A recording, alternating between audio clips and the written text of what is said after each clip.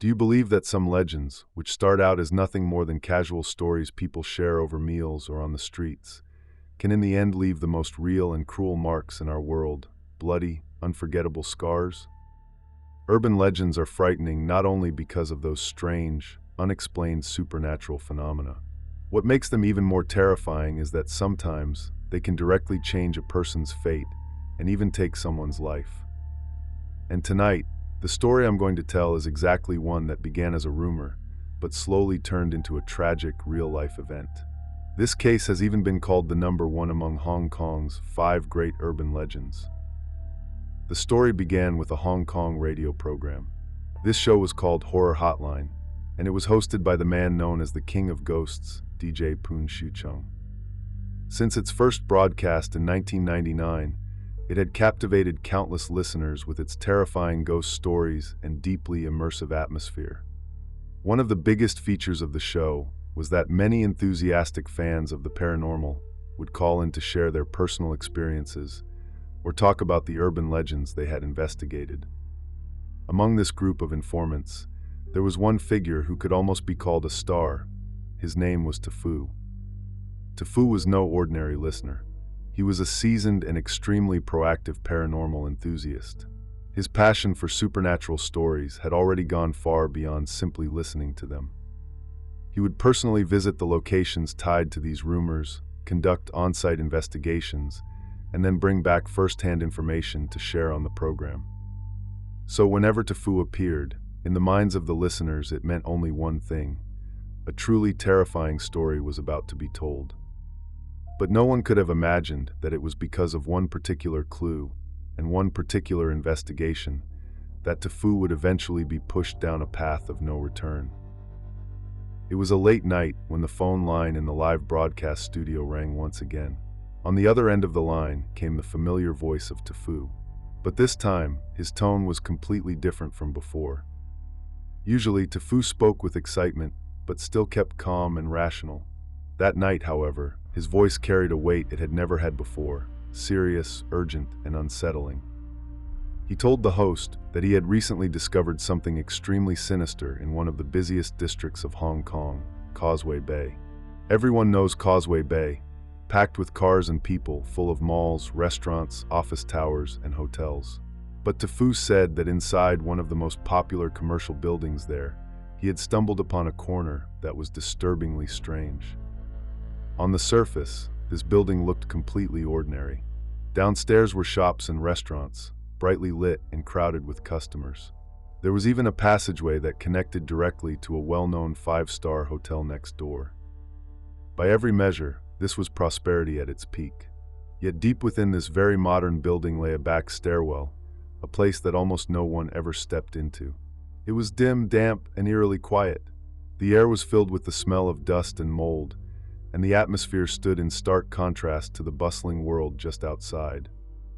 And what shocked him the most was that in one unremarkable corner of this stairwell, he discovered a spirit tablet.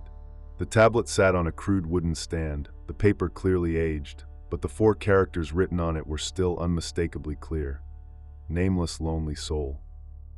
In front of it was an incense burner, piled with thick ash, with several sticks of incense that seemed to have only just burned down. Beside the burner were offerings of fresh fruit and biscuits, clearly placed there very recently. Even Tefu felt a chill down his spine at the sight. Normally, tablets dedicated to lonely souls are found in remote areas or hidden corners of old buildings, meant to give wandering, unclaimed spirits a place to settle. But here it was, in the middle of Causeway Bay, one of the most crowded and prosperous places in the city. And not only was it there, but it was being tended to regularly. The contradiction was so strong it made his back go cold. On the call, Tefu explained that he hadn't just passed by that place once or twice. He had deliberately gone back again and again to observe it carefully, and eventually summed up 3 eerie phenomena. The first was a sudden drop in temperature, almost like stepping into an invisible barrier. He described how on other floors of the building, because of the crowds and the bright lighting, everything felt perfectly normal. But the moment you stepped onto the floor where the spirit tablet was kept, the temperature seemed to fall by several degrees. And it wasn't the coolness of air conditioning. It was a biting chill that shot up from the soles of your feet straight to the top of your head, the kind that made your skin break out in goosebumps. To confirm, Tefu even walked repeatedly between the floors above and below to compare, and the result was the same. Only the floor with the tablet had this strange effect. In his view, the only explanation was that the tablet itself was radiating an overwhelming aura of energy. The second unsettling thing was the mysterious caretaker. Tefu said he had visited the stairwell many times, at different hours, early morning, late at night, even during the quietest times of day, just to catch whoever was tending the shrine. But strangely enough, he never saw anyone. And yet, the incense on the altar was never extinguished for long, and the fruit and offerings were regularly replaced. It was as if someone was maintaining it on a strict schedule, but always out of sight. In Tefu's words, it was almost like the caretaker had the ability to be invisible, never once appearing in front of others. The third strange thing was that no one seemed to know when the tablet had first appeared. Tefu had asked around among nearby shopkeepers, and even approached security guards who had worked in the building for over a decade, hoping to find an answer. But the responses were all the same. No one could say. One veteran guard admitted that even before he started working there, the tablet was already in place. He remembered being puzzled by it when he first saw it, and had even reported it to his superiors. But because it involved spirits and the supernatural, management decided not to interfere and simply ignored it. Because of these unanswered questions, Tefu became convinced that the tablet hid some deeper, untold story. Even more disturbing were the rumors he heard, that the tablet had been set up to memorialize a woman who had died in tragic circumstances. Some even whispered that it was linked to a once famous Hong Kong actress who had taken her own life. Although these were only rumors, they were more than enough to make listeners shiver with unease.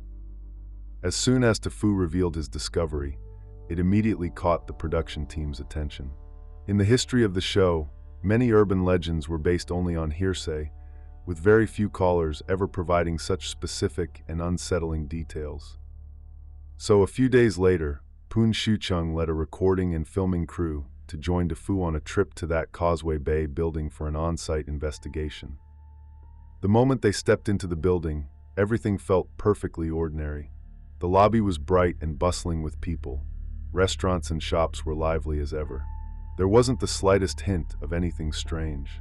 But the second Tefu pushed open an inconspicuous fire door and led them into the stairwell, all sound and light from outside vanished instantly. The environment became eerily silent. Damp air, heavy with dust and mildew, rushed at them, making every breath feel thick and oppressive. As they followed Tefu up the stairs, the atmosphere grew colder and colder. The lighting was dim, their footsteps echoed endlessly in the narrow space, and the tension made everyone's heart race. Finally, on one of the landings, in a shadowy corner, they saw with their own eyes the very thing Tefu had described, the Nameless Lonely Soul spirit tablet. Even Poon Shuchung admitted it felt incredibly eerie. By all logic, no one should linger in a place like this, let alone take the trouble to set up offerings. And yet, the truth was that this tablet had not been abandoned. It was being carefully maintained by someone, though no one knew who. That night, when the program broadcast the recording of this visit, listeners held their breath, gripped by how real and immersive it felt. But strangely, this episode was handled very differently from usual. Normally, when the show featured such a dramatic investigation, the producers would hype it up, even drop hints about the location to encourage curious fans to explore for themselves and build buzz. This time, however, the program wrapped up in a surprisingly abrupt way. Instead of digging deeper, the hosts only repeated a few details that had already been mentioned earlier, then quickly moved on, leaving listeners with a strong sense that something was being deliberately held back. What was even stranger was what happened afterward. Not long after the broadcast, every piece of information and every recording related to the Nameless Lonely Soul tablet was suddenly deleted overnight by the official team. Poon himself went on air with rare seriousness, issuing a public warning that no one should attempt to visit the site on their own. This uncharacteristic reaction only made people more certain that something far more terrifying had happened behind the scenes, something the team had chosen not to reveal. After all the recordings and files were deleted, Tafoo never appeared on the program again. His sudden absence left everyone feeling uneasy, as if something was terribly wrong. The host, Poon Shu-chung, also remained silent, offering not a single word in response to questions from the public. Days turned into months, and nearly a year later, Poon finally opened up during a magazine interview. He revealed that, through a friend, he had managed to contact Tafoo's family. It was only then that the pieces of Tafoo's fate began to come together. It turned out that ever since that investigation, Tafoo's mental state had deteriorated rapidly. His family and friends described him as if he had become a completely different person. He seemed absent-minded, often mumbling to himself for no reason, as though he were speaking to something invisible. At times, he would sit blankly for an entire afternoon, his eyes empty, his lips moving with indistinct whispers. But if anyone asked him what he was saying, he couldn't answer. Even stranger was that Tafoo began returning to the building almost every single day. People saw him wandering the stairwell for hours, standing in front of the Nameless Lonely Soul tablet, staring at it in silence. Sometimes he would even cry as he whispered under his breath, like he was having a private conversation with someone only he could see. On the rare occasions when he was lucid, Tafoo confided to friends that he was being haunted by a female spirit, tormented every night by nightmares. In those dreams, a woman with a twisted, vengeful face would approach him, her eyes burning with hatred, as if determined to claim his life. He said no matter how he tried to fight, he could never escape. Each time he woke, it was in sheer terror. Day after day, the relentless torment wore down both his mind and body until he finally broke. His family said he was no longer capable of living a normal life. He wandered the city like a ghost himself, his eyes vacant, his old energy completely gone. This state dragged on for nearly a year, until one night, overwhelmed and exhausted, Tafoo chose to end his own life. His death cast the darkest shadow yet over the entire incident. In the interview, Poon admitted that both he and the production team felt a profound guilt. In their eyes, Tafoo had been a brave and dedicated investigator of the paranormal, and this tragedy, in some way, had been pushed forward by their involvement. Even though the production team had deleted all the material and repeatedly warned listeners never to go there again, the story of the Nameless Lonely Soul tablet only grew more mysterious after Tafoo's death. The more people were discouraged, the more others wanted to challenge the taboo. Soon, groups of young explorers and paranormal enthusiasts began sneaking into the stairwell of the building, eager to see the infamous tablet with their own eyes. And that was when strange incidents started happening one after another. Some claimed that after filming the tablet, while taking the elevator to leave, one member of their group suddenly felt a strong force shove him hard from behind. He fell forward onto the floor, but when he turned around, there was absolutely no one there. The entire group went pale with fear. In the end, they returned to the tablet, bowed their heads, and offered an apology before they dared to leave again. Others reported that after visiting, their bodies carried a strong smell of burning incense that clung to them for days. No matter how many showers they took or how often they changed their clothes, the scent simply wouldn't go away. By 2022, more than a decade had passed since Tafoo's death. But for Poon Shu-chung, the memory of it remained a knot he could never untie. In interviews, he admitted he carried a heavy guilt, believing that the program's involvement had indirectly contributed to the tragedy. To bring closure to this burden, and to uncover the truth behind the mysterious tablet, Poon decided to return to the site once more. This time, however, he did not go alone. He invited a highly skilled female spiritual master to accompany him, and prepared in advance a wide array of offerings: joss paper, fresh flowers, and a new incense burner, in hopes of appeasing the spirit that had been worshipped there. Through the master as a medium, the spirit began to speak. The young woman said it had been so long since anyone had brought her flowers, so long since anyone had truly worshipped her. She even complained that once, a group had come without offerings, treating her like a prop in a film and demanding she possess someone, which made her feel deeply disrespected. From her words, it was clear she was not seeking to frighten people, but rather to be remembered and valued. Poon then offered all the prepared tributes, burning the joss paper with sincerity. During the ritual, the atmosphere slowly softened, and the incense flames flickered brightly, almost as if in response. Finally, Poon gathered his courage and asked the questions that had haunted him for over a decade. Was Tefu's death truly linked to this spirit, and was his soul still bound to her side even now? The answers that came back were not vague, not half-hearted, but clear and undeniable. Both were yes. The weight of that revelation stunned everyone present, as if the mystery that had lingered for so many years had suddenly become terrifyingly real. When Poon asked whether she would accept a ritual to help her move on, the spirit refused. She insisted she had grown accustomed to staying there.